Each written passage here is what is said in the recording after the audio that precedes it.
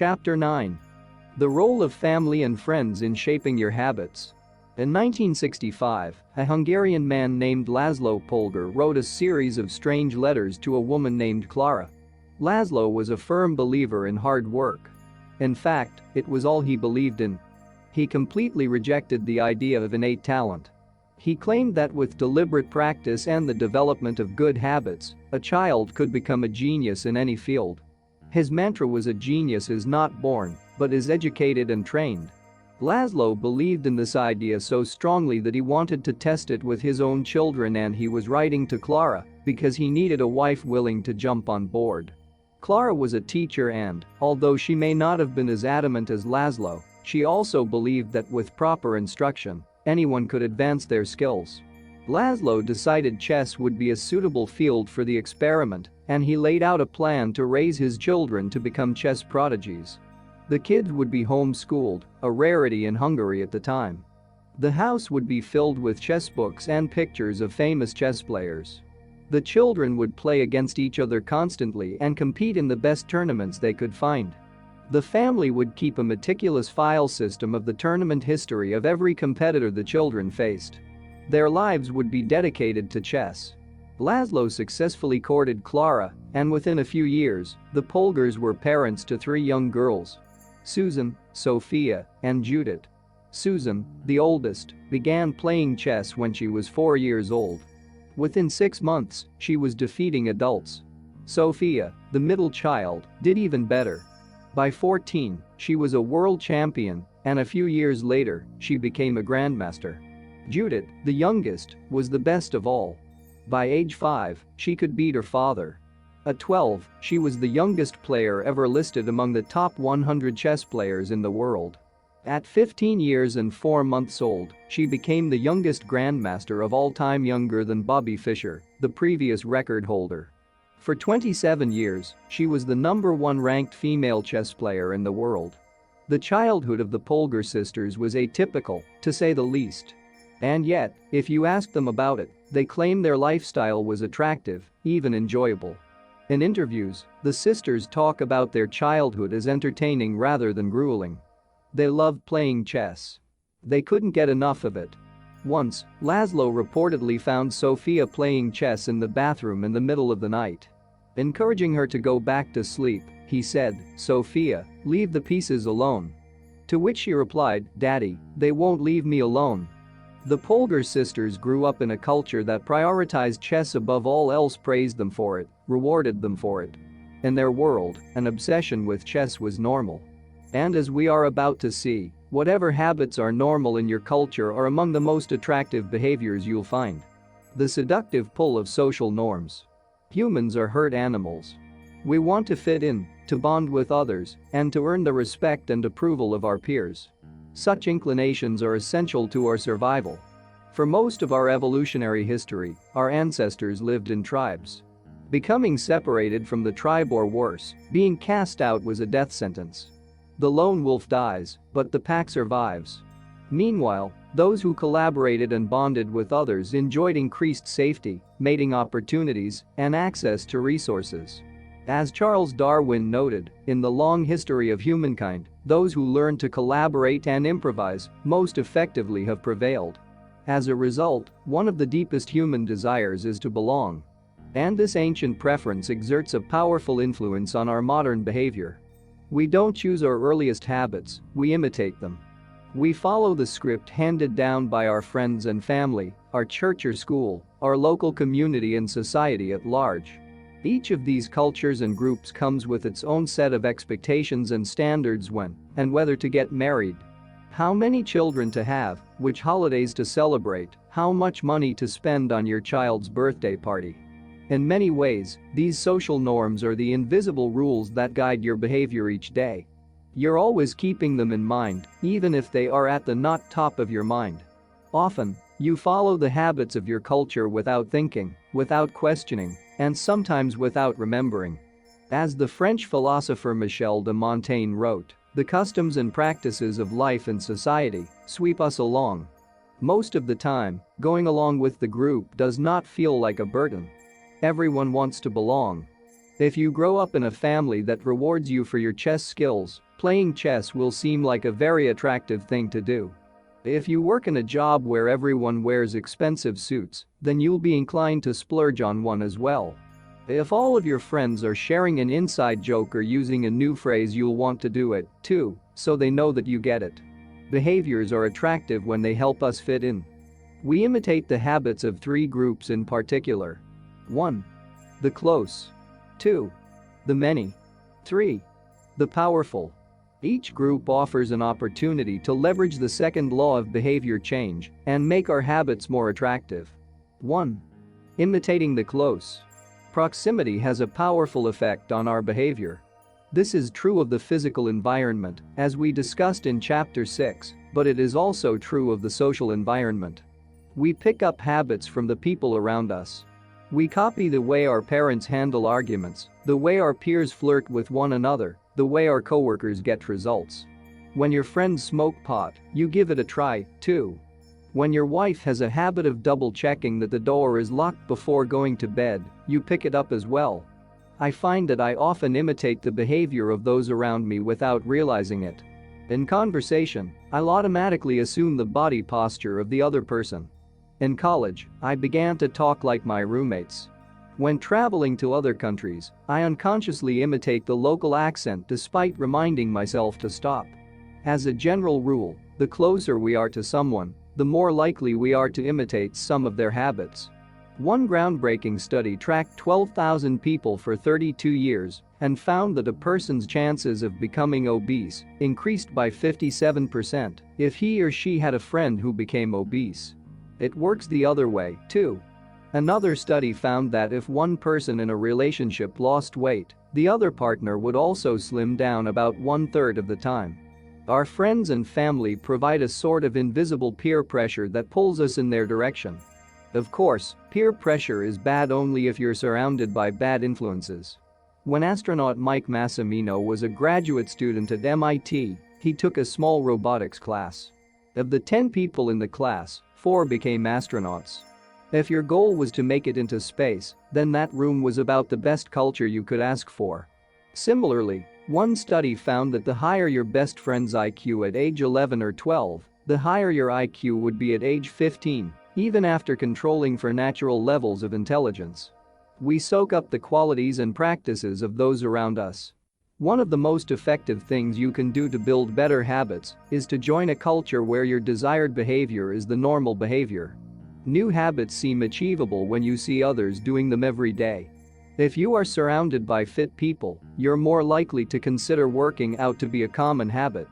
If you're surrounded by jazz lovers, you're more likely to believe it's reasonable to play jazz every day. Your culture sets your expectation for what is normal. Surround yourself with people who have the habits you want to have yourself. You'll rise together. To make your habits even more attractive, you can take this strategy one step further. Join a culture where 1. Your desired behavior is the normal behavior, and 2. You already have something in common with the group.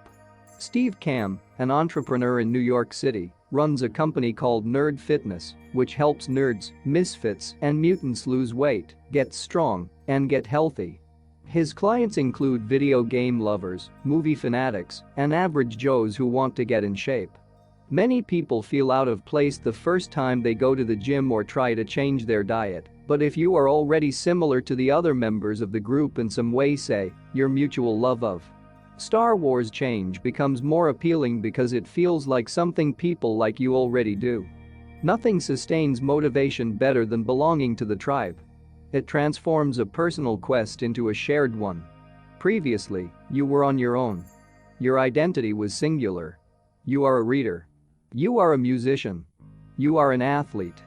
When you join a book club or a band or a cycling group, your identity becomes linked to those around you.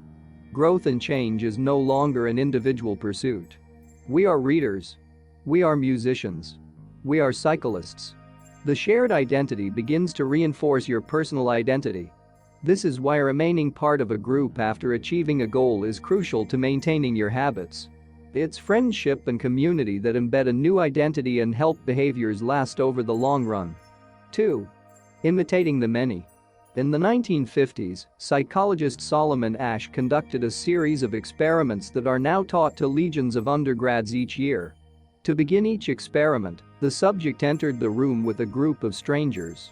Unbeknownst to them, the other participants were actors planted by the researcher and instructed to deliver scripted answers to certain questions. The group would be shown one card with a line on it and then a second card with a series of lines. Each person was asked to select a line on the second card that was similar in length to the line on the first card. It was a very simple task. Here is an example of two cards used in the experiment. Conforming to social norms. The experiment always began the same. First, there would be some easy trials where everyone agreed on the correct line. After a few rounds, the participants were shown a test that was just as obvious as the previous ones, except the actors in the room would select an intentionally incorrect answer.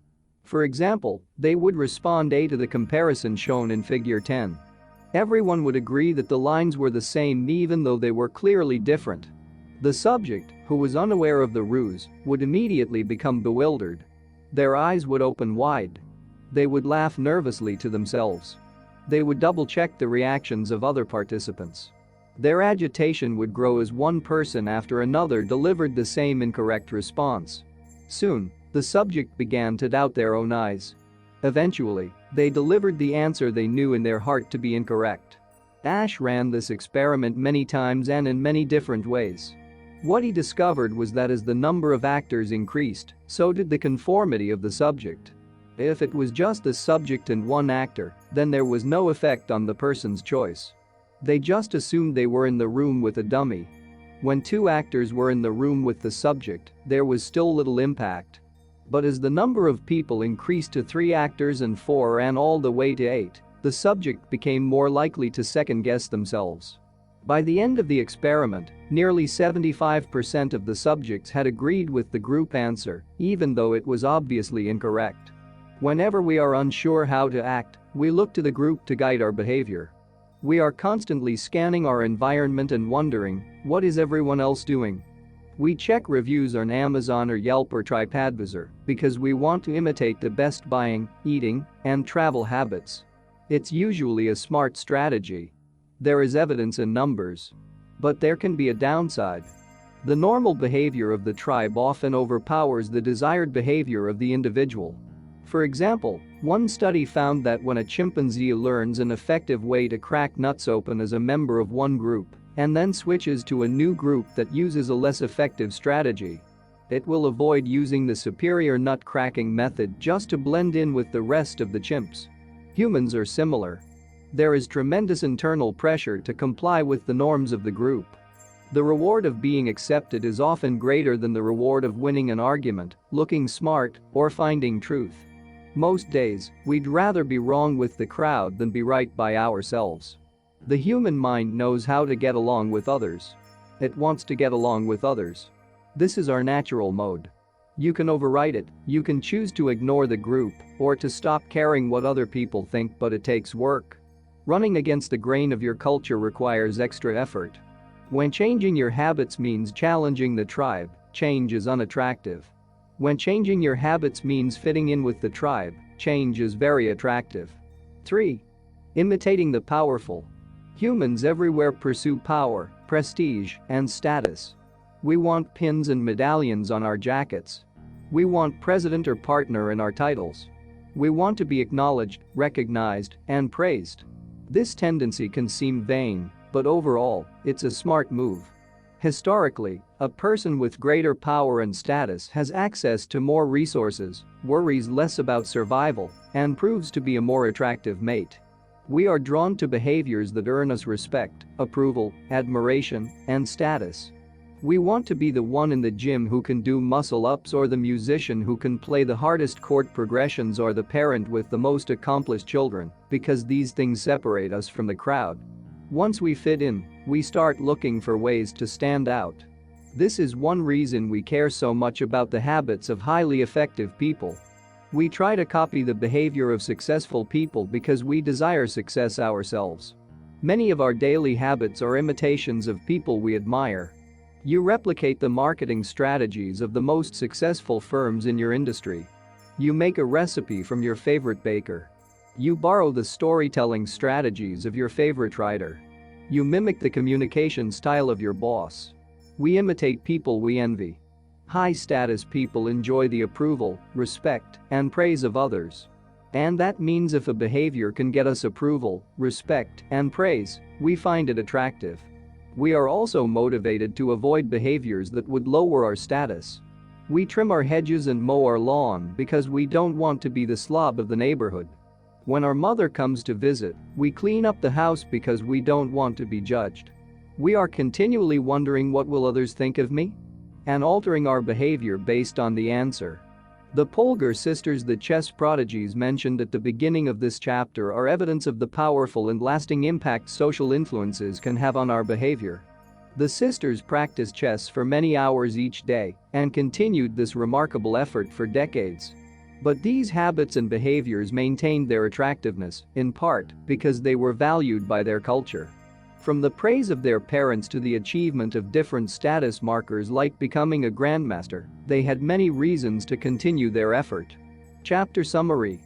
The culture we live in determines which behaviors are attractive to us.